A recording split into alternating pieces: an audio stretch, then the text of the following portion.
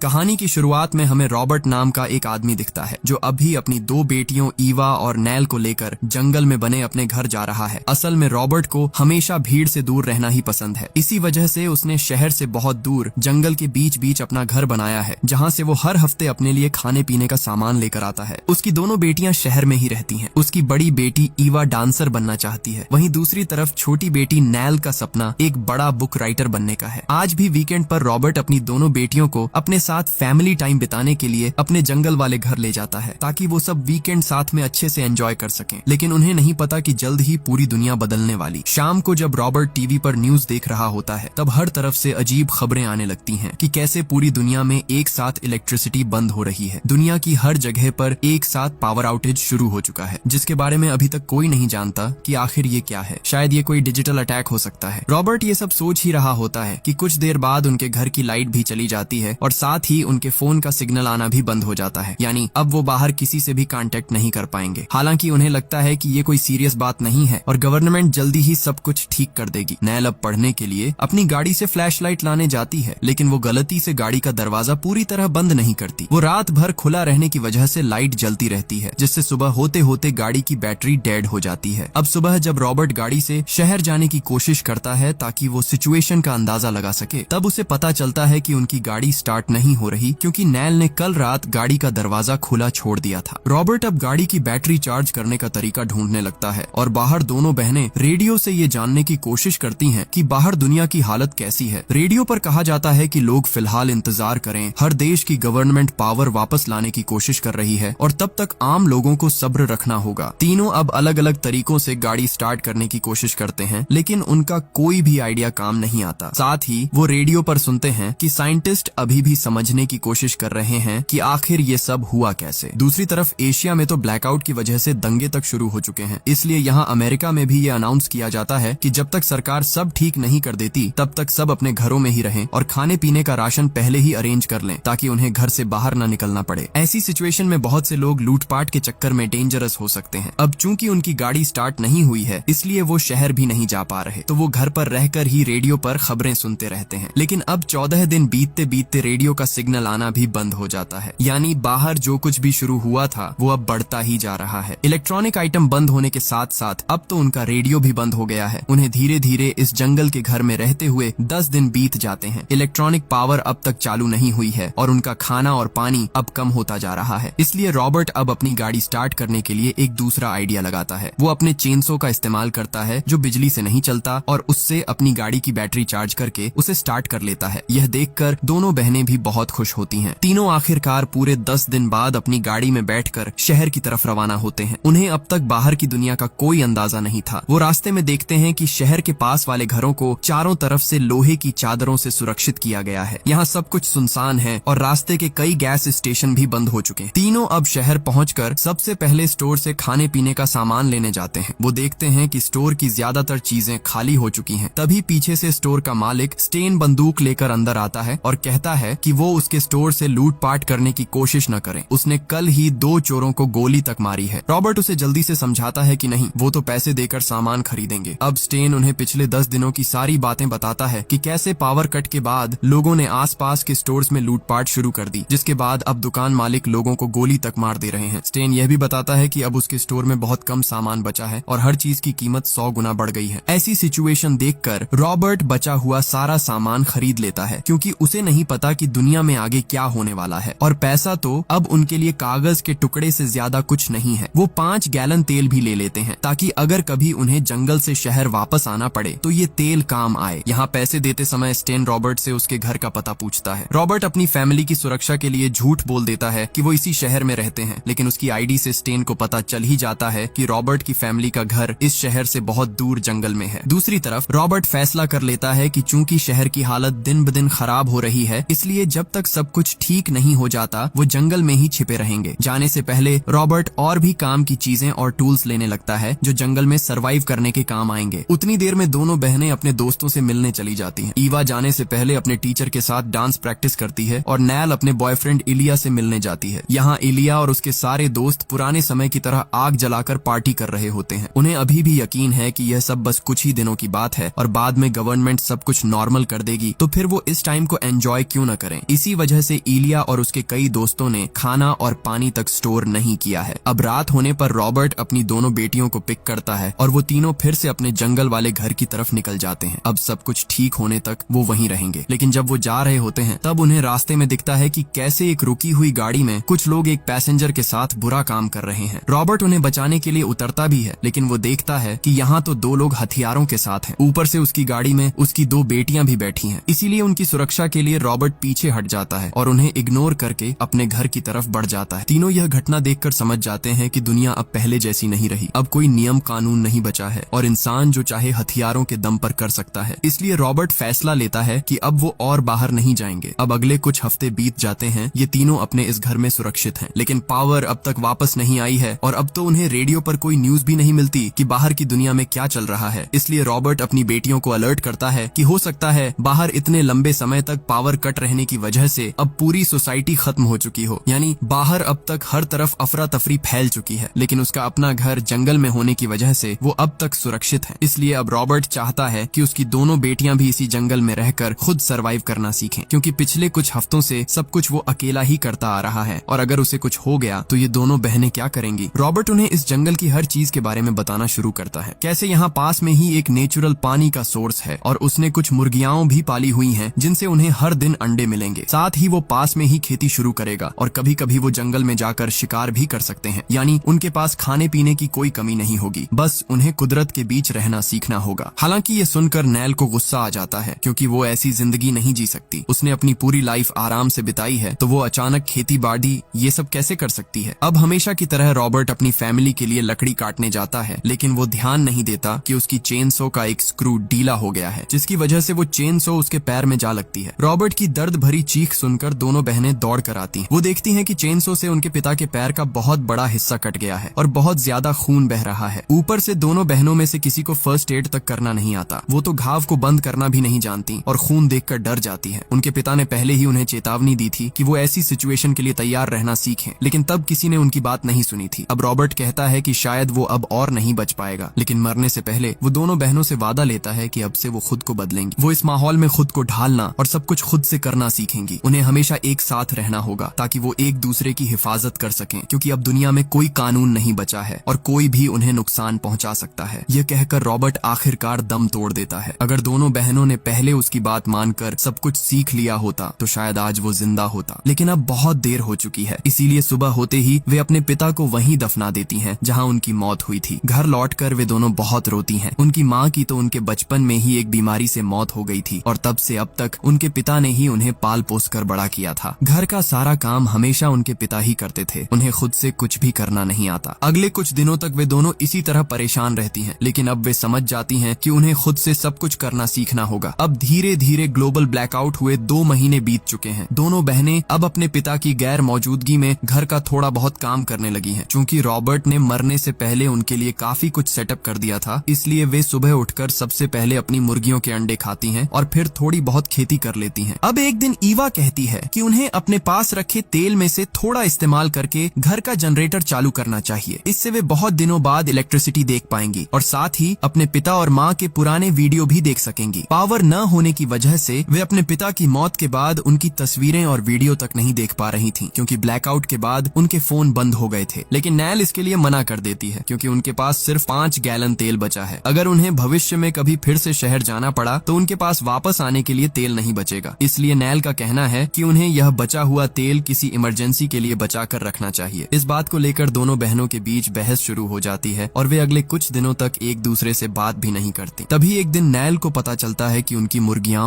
गायब हैं, यानी कोई जंगली जानवर रात में उनका बाड़ा तोड़कर सारी मुर्गियां ले गया है। असल में पहले उनके पिता रॉबर्ट बाड़े की देखभाल करते थे, लेकिन तब दोनों बहनों ने कुछ सीखा नहीं था। अब बाड़ा कमजोर होने की वजह से उनकी मुर्गियां भी चली गईं और अब उन्हें अंडे नहीं मिलेंगे। इस वजह से उन्हें अपने बचे हुए खाने में से भी कटौती करनी पड़ती है। हालांकि इस नई मुसीबत का एक फायदा ये होता है कि दोनों बहनें फिर से करीब आ जाती हैं। जो एक हफ्ते से बात नहीं कर रही थीं, वे समझ जाती हैं कि ऐसी सिचुएशन में उन्हें मिलकर काम करना होगा। वे फैसला करती हैं कि कल से वे अपने घर को और भी ज्यादा सुरक्षित बनाएंगी। वे चर्चा कर ही रही होती हैं कि तभी उनके दरवाजे पर कोई दस्तक देता है। नैल डर कर अपने पिता की बंदूक उठा लेती है, क्योंकि क्या पता कोई उन्हें लूटने आया हो। वे देखती हैं कि यह तो इलाई है, जो शहर में नैल का बॉयफ्रेंड था। इलाई उन्हें सब कुछ बताना शुरू करता है कि कैसे तब उन्हें लगा था कि सब कुछ जल्दी ठीक हो जाएगा, इसलिए उन्होंने खाने पीने का सामान जमा नहीं किया था। लेकिन जब कई हफ्तों तक लाइट नहीं आई तो शहर की हालत और भी खराब होने लगी। लोग सिर्फ खाने के लिए एक दूसरे को मारने लगे और वो किसी तरह अपनी जान बचाकर शहर से बाहर निकल आया। इलाई बताता है कि वो पिछले 1 महीने से इधर उधर भटक रहा था और फिर उसे नैल के जंगल वाले घर की याद आई, जिसका पता नैल ने उसे आखिरी मुलाकात में बताया था। यानी बाहर की हालत अब बद से बदतर हो चुकी है। इलाई अब इतने दिनों बाद पेट भर खाना खाकर बहुत खुश होता है। सुबह होने पर नैल इलाई को अपना पूरा घर दिखाती है। वो उसे पास में बना एक ट्री हाउस दिखाती है जिसे नैल ने पिछले कुछ दिनों में जंगल की लकड़ी से बनाया है। यहाँ वे दोनों पहली बार करीब आते हैं। दूसरी तरफ नैल की बड़ी बहन ईवा काफी चिंतित है क्योंकि अब इलाई के साथ रहने की वजह से उनके खाने पीने की सप्लाई और भी तेजी से खत्म हो रही है। इस तरह तो वे जल्दी ही भूखे मर जाएंगे। इसलिए वो नैल से कहती है कि वो इलाई को यहाँ से जाने के लिए कह दे। नैल इलाई से मिलकर सारी बात करती है। इलाई बताता है कि यहाँ आने से कुछ समय पहले उसे पता चला था कि बोस्टन शहर के हालात अब भी ठीक हैं। वो नैल को ऑफर देता है कि वो भी उसके साथ चले और वे दोनों साथ मिलकर यहाँ से निकलकर पूरी दुनिया घूमेंगे। नैल भी राजी हो जाती है। इलाई और नैल जाकर यह सब ईवा को बता देते हैं। ईवा पहले तो बहुत गुस्सा होती है कि उसकी बहन उसे छोड़कर अपने बॉयफ्रेंड के साथ जा रही है, जबकि बाहर की दुनिया इतनी खतरनाक है। ऐसे में उन्हें एक सुरक्षित जगह छोड़ने के बारे में सोचना भी नहीं चाहिए। हालांकि नैल नहीं मानती और अगले दिन जब वे जाने लगते हैं तो नैल रोते हुए माफी मांगती है कि उसे अपनी बहन ईवा को अकेला छोड़कर जाना पड़ रहा है। ईवा भी उसे जाते समय अपनी शुभकामनाएं देती है और कहती है कि वो अपना ख्याल रखे और सिर्फ जंगल के रास्तों से ही जाए, मुख्य शहरों के बीच से नहीं, क्योंकि वहाँ ज्यादा खतरा हो सकता है। नैल के इलाई के साथ जाने के बाद ईवा कई महीनों बाद डांस करती है और अपना मन बहलाने की कोशिश करती है क्योंकि वो अब अकेली हो गई है। वो चाहकर भी अपनी बहन को नहीं रोक पाई। दूसरी तरफ नैल और इलाई दिन भर जंगल के रास्तों पर पैदल चलने के बाद रात में एक जगह रुककर सोने का फैसला करते हैं। तभी नैल को अपने पिता के आखिरी वादे की याद आती है कि चाहे कुछ भी हो जाए दोनों बहनों को हमेशा एक साथ रहना है। उन्होंने मरने से पहले एक दूसरे का ख्याल रखने को कहा था। ये सोचकर नैल को बहुत बुरा लगता है। सुबह होते ही वो इलाई से कहती है कि वो उसके साथ आगे नहीं जा सकती। इलाई भी जानता है कि वो नैल के साथ वापस नहीं जा सकता क्योंकि वहाँ पहले से ही बहुत कम खाना बचा है। इसलिए वो अपना सफर अकेले जारी रखने का फैसला करता है और नैल आखिरकार वहाँ से लौटकर अपनी बहन के पास वापस आ जाती है। ईवा भी उसे दूर से आते देख बहुत खुश होती है और वे दोनों एक दूसरे को गले लगा लेती हैं। अब धीरे धीरे पावर आउटेज हुए 6 महीने बीत चुके हैं। दोनों बहनें अब इस नई दुनिया की आदी हो गई हैं। वे खाने के लिए जंगल से अलग अलग तरह की बेरीज इकट्ठा करती हैं और उन्हें स्टोर करके रखती हैं ताकि बारिश के दिनों में उन्हें बाहर न निकलना पड़े। सब्जियां और फल भी वे अपने बगीचे में ही उगा लेती हैं। यानी यह नई दुनिया अब उनके लिए नॉर्मल होने लगी है। अब वे पक्का मान चुकी हैं कि शायद वे अब कभी शहर नहीं जाएंगी। वैसे भी पावर वापस आने की अब कोई उम्मीद नहीं है और दुनिया अब इसी तरह चलेगी। इसलिए वे एक रात ड्रिंक करने का फैसला करती हैं। वे अपने पास बचा थोड़ा सा तेल इस्तेमाल करके कुछ देर के लिए घर का जनरेटर चालू करती है। आज आखिरकार 6 महीने बाद वे पहली बार रोशनी देखती हैं। जल्दी जल्दी वे अपने फोन और लैपटॉप चार्ज करती हैं और अपनी फैमिली के पुराने वीडियो साथ बैठकर देखती हैं। दोनों ही बहुत इमोशनल हो जाती हैं क्योंकि पहले उन्हें कोई टेंशन नहीं थी और सब कुछ उनके पिता अकेले संभाल लेते थे। लेकिन अब जब दुनिया अचानक बदल गई है तो उन्हें भी खुद को बदलना पड़ा है। उनके अपने सपने जो उनके लिए बहुत बड़े थे वे तो पुरानी दुनिया के साथ काफी पीछे छूट गए हैं। कुछ देर बाद तेल खत्म हो जाने से सारी लाइटें फिर से बंद हो जाती। अगले दिन हमेशा की तरह ईवा घर के पास आग जलाने के लिए लकड़ियां काटने जाती है और नैल अपने हिस्से का काम करने के लिए जंगल से बेरीज और फल इकट्ठा करने निकल जाती है। इस बार नैल घर से कुछ ज्यादा ही दूर चली जाती है। जब ईवा घर पर अकेली थी तभी पीछे से एक आदमी आता है। ये कोई और नहीं बल्कि स्टेन था। वही स्टेन जिसके स्टोर से रॉबर्ट ने पहले सामान खरीदा था। स्टेन ने छिपकर उनका पता जान लिया था। अब वो ईवा के सामने आता है और बताता है कि कैसे शहर के सभी लोग अब भूखे मर रहे हैं और एक दूसरे को मारकर खाने पर मजबूर हैं, जबकि यहाँ उनका परिवार आराम से जिंदगी बिता रहा है। ईवा डरकर झूठ बोलती है कि उसके पिता रॉबर्ट पास में ही पानी लेने गए हैं, इसलिए स्टेन उनके आने के बाद ही बात करे। लेकिन स्टेन गुस्से में ईवा पर झपट पटड़ीचता है। वो कहता है कि वो उसके पिता के आने से पहले ही यहाँ से चला जाएगा। ये कहकर स्टेन ईवा के साथ जबरदस्ती करने लगता है। ईवा चिल्लाती है, लेकिन आज नैल जंगल में काफी दूर चली गई थी, इसलिए उसे कुछ पता नहीं चलता। सब कुछ खत्म करने के बाद स्टेन उनके घर से तेल और गाड़ी चुराने लगता है। वो जल्दी में वहाँ से भाग निकलता है क्योंकि उसे डर था कि रॉबर्ट किसी भी वक्त वापस आ सकता है। जब नैल वापस आती है तब तक बहुत देर हो चुकी थी। वो देखती है कि ईवा की हालत बहुत खराब है। वो उसे संभालती है, लेकिन ईवा अब पूरी तरह सदमे में चली गई है। नैल अब पूरे घर को चारों तरफ से कवर कर देती है ताकि स्टेन जैसा कोई और अंदर न आ सके। धीरे धीरे दिन बीतने लगते हैं, लेकिन ईवा उस हादसे से बाहर नहीं निकल पाती। नैल उसका ध्यान हटाने के लिए सब कुछ नॉर्मल होने का नाटक करती है, पर इससे कोई फायदा नहीं होता। समय के साथ 2 महीने और बीत जाते हैं। स्टेन वाली उस घटना के बाद से ईवा अब तक घर से बाहर नहीं निकली है। नैल भी अब घर के पास रहकर ही सारे काम करती है। जंगल न जाने और घर में ही कैद रहने की वजह से उनका सारा खाना लगभग खत्म होने वाला है। आज खाने के खाली बर्तनों को देखते हुए नैल की नजर एक लिफाफे पर पड़ देती है जो उनके पिता रॉबर्ट का था। इसमें उन्होंने कुछ बीज रखे थे जिनसे दोनों बहनें कद्दू उगा सकती थीं। ईवा तो बाहर निकलती नहीं थी, इसलिए नैल खुद ही उन बीजों को बोने लगती है। इसी बीच जब वो एक भारी पत्थर हटाने की कोशिश करती है तो उसकी कमर में मोच आ जाती है और वो वहीं गिर जाती है। उसे इस तरह दर्द में देखकर ईवा आखिरकार 2 महीने बाद घर से बाहर निकलती है। वो अपनी बहन नैल को संभालती है और उसे अंदर ले जाती है। नैल अब सुरक्षित तो थी, लेकिन ईवा बताती है कि बाहर का बगीचा उसे स्टेन वाली उस घटना की याद दिलाता है, इसलिए वो बाहर नहीं जा पाएगी। नैल उसे भरोसा दिलाती है कि वो अतीत को भूल जाए और अपने फ्यूचर के बारे में सोचे। अगले कुछ दिनों में ईवा की तबीयत बिगड़ने लगती है और उसे बार बार उल्टियां आने लगती हैं। नैल जल्दी ही समझ जाती है कि ईवा असल में प्रेग्नेंट हो गई है। स्टेन ने उसके साथ जो कुछ भी किया था यह बच्चा उसी का नतीजा है। अब उनके सामने एक और बड़ी मुसीबत आ खड़ी होती है। वे इस बच्चे को अबॉर्ट कैसे करेंगी, क्योंकि अब कोई टैबलेट या दूसरी मेडिकल सुविधा तो बची नहीं है। ईवा कहती है कि अब उन्हें इसी के साथ जीना होगा। अब 7 महीने और बीत जाते हैं, यानी ब्लैकआउट हुए 1.5 साल हो चुके हैं। ईवा अब किसी भी वक्त बच्चे को जन्म दे सकती है। इसी वजह से नैल पिछले कुछ दिनों से एक किताब से वे तकनीकें सीखने की कोशिश कर रही है जिससे वो अपनी बहन की सेफ डिलीवरी करा सके। नैल अब घर के ज्यादातर काम खुद करती है ताकि ईवा आराम कर सके और उसके शरीर में विटामिन की कमी न हो। इसके लिए नैल जंगल जाकर एक सुअर का शिकार भी करती है। रात होने पर वो घर को हर तरफ से कवर कर देती है ताकि कोई अंदर न आ सके, लेकिन बारिश और तूफान बहुत ज्यादा बढ़ने लगते हैं। नैल को घर के सारे काम अकेले करने पर देते